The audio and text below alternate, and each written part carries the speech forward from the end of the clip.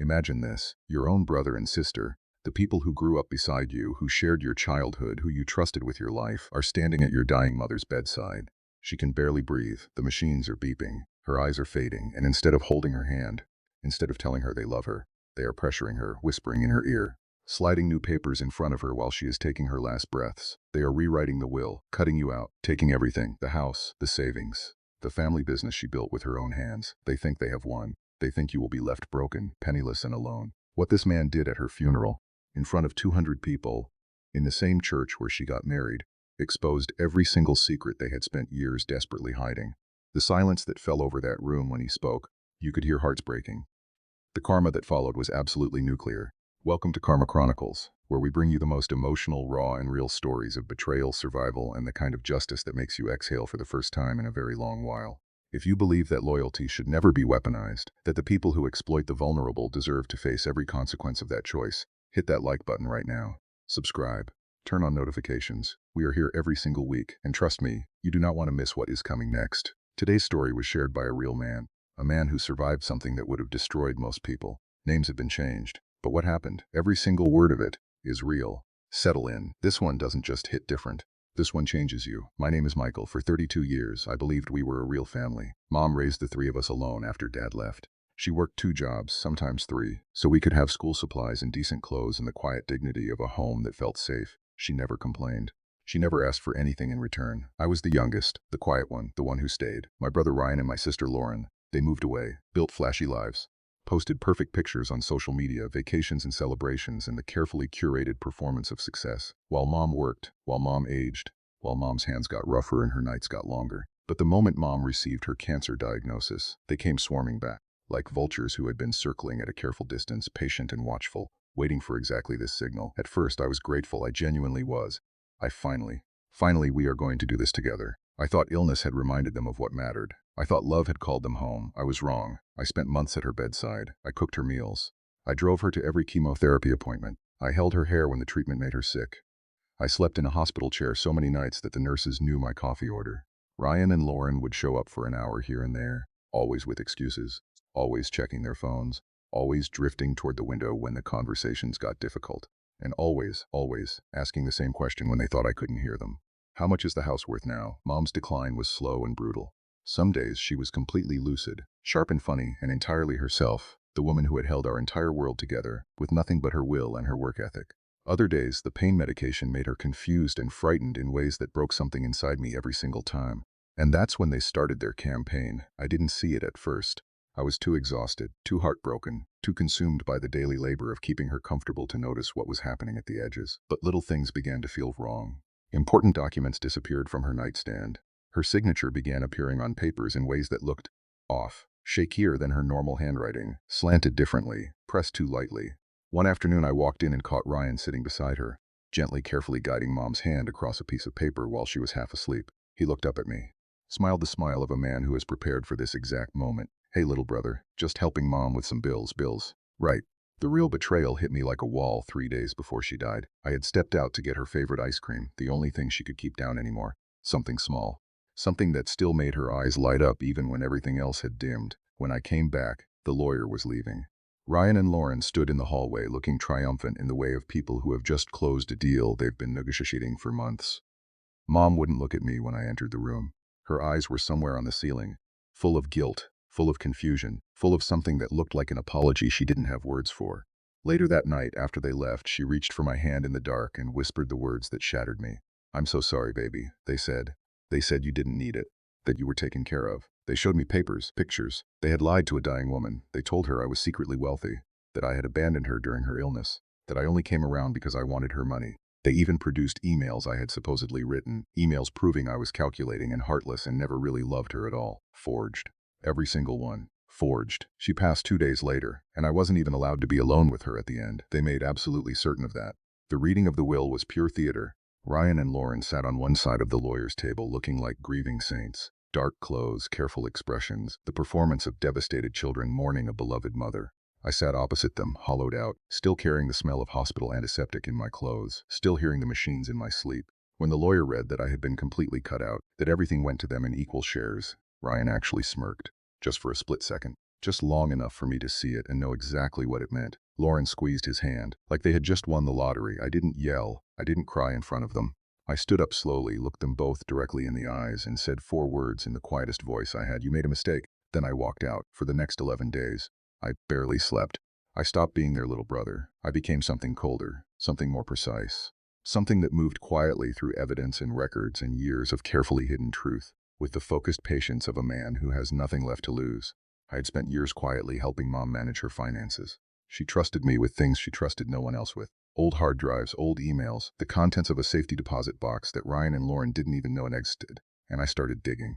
What I found was worse than anything I had imagined. Ryan had been skimming money from Mom's accounts for years, even before her diagnosis. Small transfers at first, carefully sized to avoid triggering alerts. Then larger ones as she grew too weak and too medicated to monitor her own statements. Lauren had convinced Mom to take out a reverse mortgage on the family home 2 years earlier. Money she then funneled directly into her boyfriend's failing business. The same boyfriend she was actively cheating on her husband with. There were texts documenting all of it, recordings, even old police reports from years ago that Mom had paid to make disappear. Back when Ryan had been caught stealing from a previous employer, they didn't just betray me. They had been bleeding her dry for years while posting birthday tributes about what an amazing mother she was. I compiled everything. Bank statements going back 6 years. Forensic analysis of the forged documents proving the signatures had been traced rather than signed. Screenshots of text messages where they congratulated each other while Mom was in the ICU. And then, the thing that changed everything, a second will, hidden in that safety deposit box made 2 years earlier when Mom was still strong, still clear, still fully herself. It split everything 3 ways, and it contained a specific clause, written in her own words, about anyone who attempted to manipulate or deceive her. She had hidden it with me for safekeeping. She knew. Deep down in the part of herself she never let them see, she knew exactly what they were. I prepared my speech like a prosecutor preparing for trial. The church was packed. Mom was loved, genuinely, deeply loved by people who had nothing to gain from saying so. Old neighbors, distant cousins, her book club ladies who had sat with her through decades of Tuesday evenings and shared every chapter of each other's lives.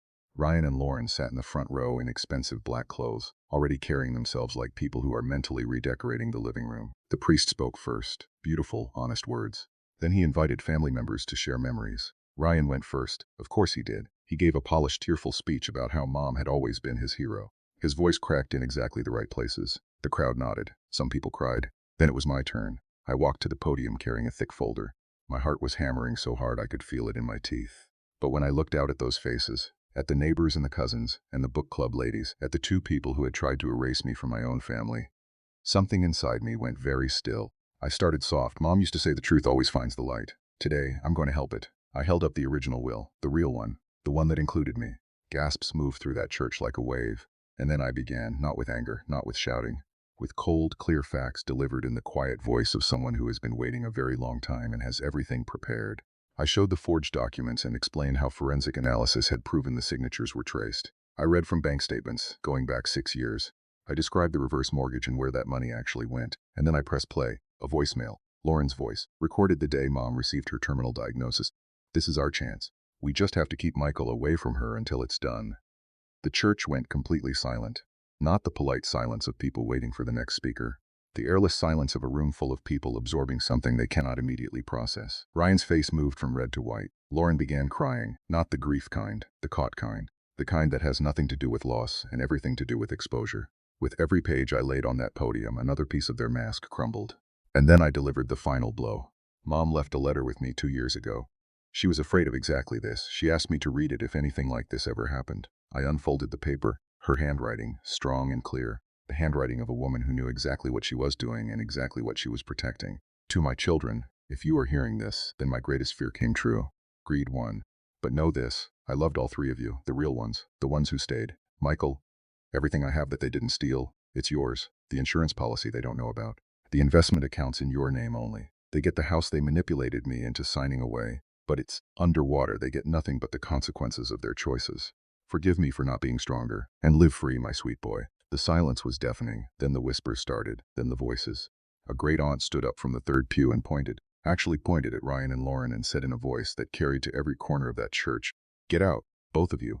You are not welcome at this graveside." Ryan tried to speak, tried to construct some version of a defense. I simply pressed play one final time. Mom's voice, weak but absolutely clear, recorded from her hospital bed 2 weeks before she died. I know what you're doing to me. I'm not as confused as you think.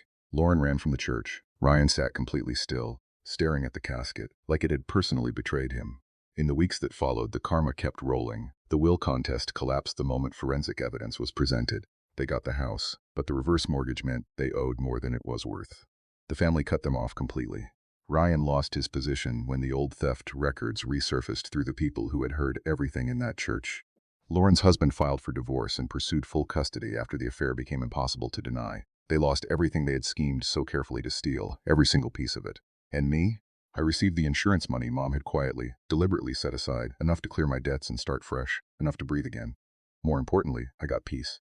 I visit her grave every Sunday. I talk to her the way I always did, honestly, without performance, without an audience, and every time I leave, I feel a little lighter. If there is one thing I learned from everything that happened, it is this. Blood does not make family, loyalty does. And when people show you who they truly are, not in their words, not in their social media posts, not in their tearful eulogies, but in the small, quiet, revealing moments when they think no one is watching, believe them. The first time, because karma doesn't miss, it simply waits for the right funeral. If this story moved you, if it made your chest tighten, or your heart ache for a woman who deserved so much better than what her own children gave her, subscribe. Turn on notifications. We are here every single week with stories that are raw, real, and unapologetically human. And the next story? Let's just say, this was only the beginning. I'll see you there. Don't be late.